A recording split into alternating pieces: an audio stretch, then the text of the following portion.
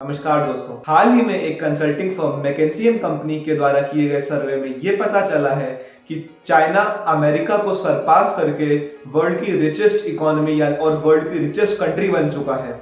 जी हाँ, चाइना जिसकी population 1.4 billion है, जो कि वर्ल्ड की लार्जेस्ट है, वही चाइना जिसमें ह्यूमन राइट्स का कोई नामो निशान नहीं है, उसने वर्ल्ड लीडर अमेरिका जिसकी करेंसी पूरे वर्ल्ड में एज अ स्टैंडर्डाइजेशन यूज करी जाती है, उसको सरपास कर लिया है। इस वीडियो में आगे बढ़ने से पहले एक बार जरा हम इस रिपोर्ट पे एक निगाह डाल लेते हैं और देखते हैं कि इस रिपोर्ट के क्या आउटकम्स हैं।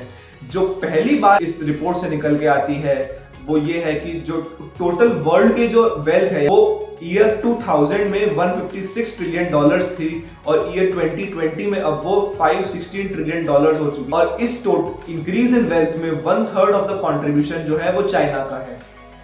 अब चाइना की कितनी वेल्थ बढ़ी? ईयर 2000 में जो वेल्थ नापी गई थी चाइना की वो थी 7 ट्रिलियन डॉलर्स, और आज यानी कि ईयर 2020 जबकि ये रिपोर्ट की डेट है उसके हिसाब से चाइना की वेल्थ 120 ट्रिलियन डॉलर्स नापी गई है। यानी कि ये जो है ये पिछले 20 साल में करीबन 113 ट्रिलियन डॉलर्स यानी कि 113 ट्रिलियन डॉलर्स का इंक्रीज आया है। और इसी 20 साल के पीरियड में जो अमेरिका की वेल्थ है वो सिर्फ 90 ट्रिलियन डॉलर्स बढ़ी है। कहां चाइना की 113 ट्रिलियन डॉलर्स और कहां अमेरिका के सिर्फ 90 ट्रिलियन डॉलर्स। तो आप ये गैप देख सकते हैं कितना डिफरेंस आया है। तो आज इस वीडियो में हम लोग डिकोड करेंगे चाइना का मिशन डोमिनेशन। तो बिना टाइम वेस्ट करे लेट्स गेट डिकोडिंग।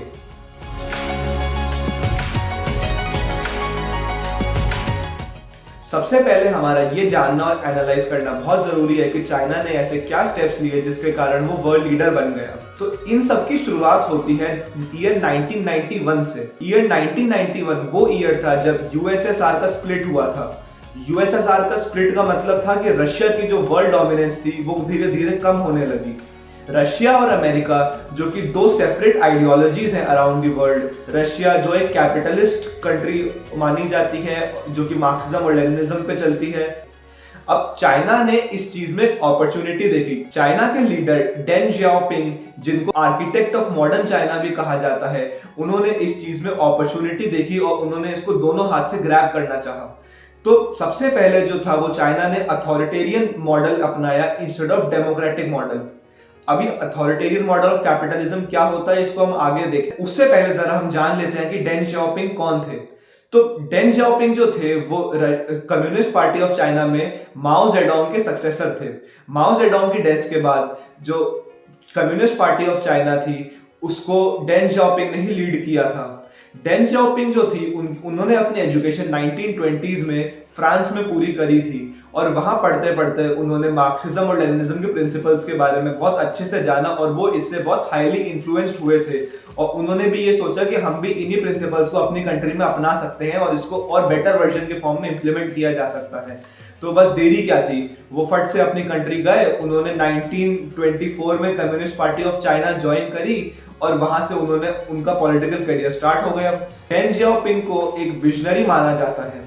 विजनरी इसलिए माना जाता है क्योंकि उन्होंने उस एरा में कुछ बहुत ही हार्श और कुछ बहुत ही अच्छी पॉलिसीज इंप्लीमेंट करी जिसके कारण चाइना यहां तक पहुंचा है। डेन जियाओपिंग जो थे वो बहुत कंसर्न थे चाइना की इंक्रीजिंग पॉपुलेशन को लेके। तो उन्होंने उस एरा के अंदर वन चाइल्ड पॉलिसी चाइना में इंप्लीमेंट करी। वन चाइल्ड पॉलिसी के अकॉर्डिंग कोई भी कपल जो था एक बच्चे से ज्यादा नहीं रख सकता था। Now, जो दूसरी पॉलिसी उन लोगों ने इंप्लीमेंट करी वो थी foreign direct investment. Deng Xiaoping ने सोचा कि हम कब तक अपनी इकोनॉमी में खुद ही पैसा इन्वेस्ट करते रहे। इसका उनको बहुत अच्छा फायदा भी हुआ। चाइना के पोर्ट्स जो थे वो बहुत अच्छे से फंक्शन करने लगे और चाइना की इकोनॉमी में काफी ज्यादा इंप्रूवमेंट देखने को मिला। अब हम आगे बढ़ते हैं और देखते हैं कि ये चाइना का अथॉरिटेरियन मॉडल ऑफ कैपिटलिज्म क्या होता है। तो अथॉरिटेरियन मॉडल ऑफ कैपिटलिज्म जो होता है इसके बेसिकली चार मेन पार्ट्स होते हैं। चार मेन पार्ट्स होते हैं। Number 1 focus on economy, number 2 implementation of rules, number 3 no outsiders allowed, number 4 no challenge to the communist party। Major focus on economy जो होता है उसका ये मतलब है कि चाइना ने अपनी प्रायोरिटी बना लिया कि हमें इकोनॉमिक रेवोल्यूशन लाना है कंट्री में। बाकी सब चीजों को साइड में रखो, जो भी पॉलिटिकल अफेयर्स हैं, जो भी रिलीजियस अफेयर्स हैं, उन सबको साइड में रखो। Your first priority should be to make China economically sustainable so that वो वर्ल्ड स्टेज पे स्टैंड कर पाए। इस पॉलिसी का असर हम आज तक चाइना में देख सकते हैं। जैसा कि आप जानते हैं, चाइना एक वर्ल्ड लीडर है कहीं भी बाहर सामान एक्सपोर्ट करने में। सबसे ज्यादा वर्ल्ड में सामान जो एक्सपोर्ट करता है वो चाइना करता है, और वो इसी पॉलिसी के वजह से कर रहा है आज तक। उन्होंने इतना अच्छा इंफ्रास्ट्रक्चर डेवलप किया कि वो उनको आज तक हेल्पफुल है। नंबर 2 जो है वो है उनके रूल्स एंड रेगुलेशंस। चाइना एक ऐसी कंट्री है जिसमें कि ह्यूमन राइट्स के लिए बिल्कुल नहीं जानी जाती है, वहां बहुत ह्यूमन राइट्स की कदर नहीं की जाती है। उन्होंने अपनी पॉलिसीज इतनी स्ट्रिक्ट रख रखी है कि कोई सामने वाला बंदा करप्शन करने से पहले या और भी कोई क्राइम करने से पहले 4 बार सोचेगा। इसके कारण जो था वहां पे क्राइम रेट कम रही, तो वहां की गवर्नमेंट को उस सेक्टर में इतना ध्यान नहीं देना पड़ा और उनका सारा ध्यान इकोनॉमिक डेवलपमेंट की तरफ था। तीसरी जो चीज थी, उन्होंने वो after taking their first foreign direct investments and first couple of investors when the Chinese economy started becoming sustainable, China ने ये किया कि उन्होंने फॉरेन इन्वेस्टमेंट्स को एकदम बंद कर दिया और फॉरेन ब्रांड्स को भी अपनी कंट्री में आने से डिस्करेज करने लगे। फॉर एग्जाम्पल, जैसे अब हम आज की तारीख भी अगर देख लें तो गूगल, फेसबुक, यूट्यूब जैसी कोई भी सोशल मीडिया साइट या कोई भी ऐसा सर्च इंजन या कोई भी टेक कंपनी जो कि पूरे वर्ल्ड वाइड चलती है, वो चाइना में एग्जिस्ट नहीं करती है। चाइना में चलना उसका बंद है। अब इसके कारण होता यह है कि वहां की जो लोकल कंपनीज है उन सबको एक अपॉर्चुनिटी मिलती है कि वो अपने प्रोडक्ट्स जो है अपने लोगों के संग शेयर कर सके और उनके लोग उन्हीं के प्रोडक्ट्स यूज करें, जिससे उनकी इकोनॉमी को बेनिफिट होता है। तो चाइना ने एक सेल्फ सस्टेनिंग इकोनॉमी बना रखी है। जो फोर्थ और जो सबसे शायद इंपॉर्टेंट पॉइंट है, वो कम्युनिस्ट पार्टी ऑफ चाइना ने ये इंश्योर किया है आज तक कि उनके ऑपोजिट में कोई कंटेंडर कभी खड़ा ही ना हो पाए। चाइना अपने आप को डेमोक्रेटिक बोलता है, लेकिन वहां पे पार्टी ही सिर्फ एक है। अब हम आज तक भी अगर देखें तो जैसे वहां के अभी करंट जो प्रेसिडेंट है शी जिनपिंग ने एक अमेंडमेंट पास कर रखा है जिसके अकॉर्डिंगली जब तक शी जिनपिंग चाहेंगे तब तक वो चाइना के प्रेसिडेंट बने रह सकते हैं। इसका सबसे बड़ा जो फायदा उनको मिलता है वो ये है कि उनके पास एक सेंस ऑफ सिक्योरिटी होती है कि उनका कोई भी डिसीजन अगर वो लेंगे, भले ही वो कितना भी हार्श हो, तो उनको गवर्नमेंट गिरने का डर नहीं होगा, उनको बाकी किसी से एडवाइस लेने की जरूरत नहीं है। जो वो चाहते हैं वो इम्प्लीमेंट कर सकते हैं। और वहीं जो अब हम देखें, अगर जो अमेरिका जो मॉडल फॉलो करता है वो है democratic model of capitalism. Democratic model of capitalism वही मॉडल है जिसको इंडिया भी फॉलो करता आ रहा है। इस मॉडल के हिसाब से सबको साथ लेके चलने में विश्वास रखा जाता है। सबको साथ लेकर चलने में प्रॉब्लम यहाँ ये आ जाती है कि बहुत सारे लोगों के बहुत सारे व्यू पॉइंट्स और बहुत सारे उनके माइंडसेट्स होते हैं, तो डिफरेंस ऑफ ओपिनियंस भी आते हैं, जिसके कारण इकोनॉमिक रिफॉर्म्स में टाइम भी लग जाता है और इसमें रिलीजियस और पॉलिटिकल अफेयर्स को ज्यादा आपको ध्यान देना पड़ता है। अब ये जो मॉडल्स ऑफ डेमोक्रेसी होते हैं ये basically D&R form of democracy कहलाए जाते हैं या फिर D&R फॉर्म ऑफ कैपिटलिज्म कहलाए जाते हैं। D&R फॉर्म ऑफ कैपिटलिज्म का मतलब है democratic and Republican model of capitalism. जैसे कि अमेरिका में आप देखें तो 2 पॉलिटिकल पार्टीज मेजर होती हैं। जो पहली होती है वो है डेमोक्रेट्स और दूसरी जो होती है वो होती है रिपब्लिकन्स। सिमिलरली अगर आप इंडिया में देखेंगे तो इंडिया में भी हमारे 2 आइडियोलॉजीज होती हैं। अब हम देखते हैं कि ऐसे क्या रीजंस थे जिसकी वजह से चाइना अमेरिका को ओवरटेक करने में सक्सेसफुल रहा। सबसे पहला जो इसका रीजन आएगा वो होगा आपका कोविड पैंडेमिक। कोविड पैंडेमिक में चाइना ने एक अपॉर्चुनिटी सेंस करी, जिसके कारण अगर आप लास्ट ईयर का कोई भी डेटा उठा के देखें तो जिस कंट्री को सबसे ज्यादा प्रॉफिट हुआ चाइना को ही हुआ है। तो जो सेकंड रीजन था जिसकी वजह से चाइना जो अमेरिका को ओवरटेक करने में सक्सेसफुल रहा, वो रीजन था 2008 का अमेरिका में आया हाउसिंग क्राइसिस। 1999 से अमेरिका में एक ट्रेंड चालू हुआ जिसमें कि अमेरिकन गवर्नमेंट द्वारा स्पॉन्सर्ड मॉर्गेज एजेंसीज जो थी, जैसे फैनी मे और फ्रेडी मैक हो गए, ये लोग क्या करा करते थे कि जो लो इनकम वाले लोग होते थे, जिनका क्रेडिट स्कोर लो होता था और जिनको वो जानते थे कि ये शायद आगे जाके हमें पूरा अपना लोन का अमाउंट वापस ना कर पाए, यानी कि जो कि हाई रिस्क डिफॉल्टर्स लोग होते थे, उनको भी इन लोगों ने लोन्स देना चालू कर दिया हाउसिंग के लिए। अब लोग इनसे हाउसिंग के लिए लोन तो ले लेते थे, उन लोगों को इन लोगों ने नाम दिया सब प्राइम डिफॉल्टर्स। सब प्राइम बोरोवर्स जो थे वो लोग इजीली लोन तो ले लेते थे। अब उनको लोन की जो कंडीशंस होती थी वो कुछ इस प्रकार होती थी कि इनिशियल ईयर्स में या इनिशियल मंथ्स में आपको बहुत कम अमाउंट देना पड़ रहा है। But as the time keeps going, जैसे जैसे ईयर बढ़ रहा है आपका इंटरेस्ट भी उतना ही बढ़ता जा रहा है और आपको जो अमाउंट वापस करना है वो कॉन्स्टेंटली इंक्रीज ही होता जाता था। इसके कारण आफ्टर सर्टेन इंस्टॉलमेंट्स वो लोग अपना लोन जो थे वो रीपे कर ही नहीं पाते थे और वो बीच में ही ड्रॉप आउट कर देते थे।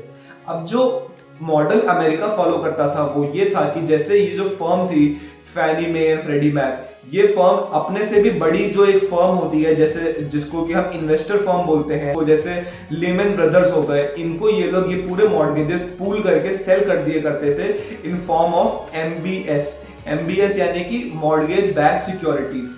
अब फिर उसके बाद जो बोरोअर्स से पैसा लेने का काम इन बड़ी इन्वेस्टिंग फर्म्स का हो जाता था।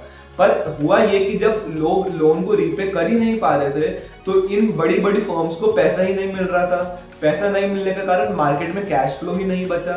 मार्केट में कैश फ्लो जब होगा ही नहीं तो इकोनॉमी चलेगी कैसे? इस चक्कर में स्टॉक मार्केट जो था वो क्रैश हो गया। स्टॉक मार्केट क्रैश होने की वजह से अमेरिका एक ग्रेट डिप्रेशन में चला गया। इस ग्रेट डिप्रेशन में चाइना को एक अपॉर्चुनिटी दिखी।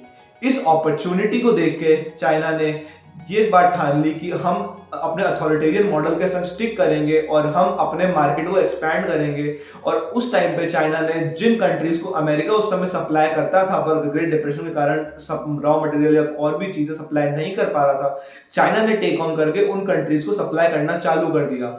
और तब से आप देखेंगे चाइना का कांस्टेंट एक स्टीप स्लोप बन चुका है उसकी ग्रोथ का। अब अगर रही बात इसकी कि क्या ये चाइना का मॉडल सस्टेनेबल है या नहीं, तो जो डेटा कह रहा है, जो स्टैटिस्टिक्स कई बोलते हैं वो ये बोलते हैं कि अगर इसी रफ्तार से चाइना की इकोनॉमी बढ़ती रही तो बाय द 2028 यानी कि 2028 का जो साल होगा उस ईयर तक चाइना जो है वो अमेरिका को जीडीपी के फॉर्म में ओवरटेक कर लेगा और चाइना जो है वो वर्ल्ड की लार्जेस्ट जीडीपी वाली कंट्री बन जाएगा। अब इसी में अगर आप देखें तो 68% ऑफ द ग्लोबल नेटवर्थ जो है पूरे वर्ल्ड में वो रियल एस्टेट के फॉर्म में है। अब हो क्या रहा है चाइना जैसी कंट्री में, क्योंकि इकोनॉमी इतनी जल्दी बढ़ रही है तो जाहिर सी बात है इन्फ्लेशन भी इंक्रीज हो रहा है। इन्फ्लेशन इंक्रीज होने के कारण जो प्रॉपर्टी के रेट्स हैं बहुत हाई हो चुके हैं। अब वो प्रॉपर्टी रेट्स हाई होने के कारण प्रॉब्लम ये हो रही है कि जो लोग हैं वहां पे, वो लोग instead of purchasing properties in China वो लोग हांगकांग जाके प्रॉपर्टीज खरीद रहे हैं और हांगकांग जाके रह रहे हैं और वो चाइना से डेली अप डाउन करते हैं। इससे हो ये रहा है कि चाइना के मार्केट में कैश फ्लो की कमी आ रही है धीरे धीरे। अब इस कैश फ्लो की कमी से एट दी एंड होगा वही जो अमेरिका के 2008 हाउसिंग क्राइसिस में हुआ। एक बबल बनता है और फिर वो बबल बर्स्ट होता है और जब बर्स्ट होता है तो एकदम से आपकी पूरी इकोनॉमी कोलैप्स हो जाती है। तो मेरा ओपिनियन तो यही है कि ये जो अथॉरिटेरियन मॉडल ऑफ कैपिटलिज्म है ये लॉन्ग रन में बहुत हार्मफुल है। शॉर्ट टर्म में ये भले ही कितना ही अच्छा दिखे, लॉन्ग रन में ये मॉडल बहुत हार्मफुल है एक कंट्री के लिए। So it's better to stick to democratic model in my opinion. अब जब हम अमेरिका और चाइना की बात कर ही रहे हैं तो ऐसा तो हो ही नहीं सकता कि हम इंडिया की बात ना करें। एक बार हम देखते हैं कि क्या इंडिया का नाम कभी इन दोनों देशों के नाम के आसपास आ पाएगा?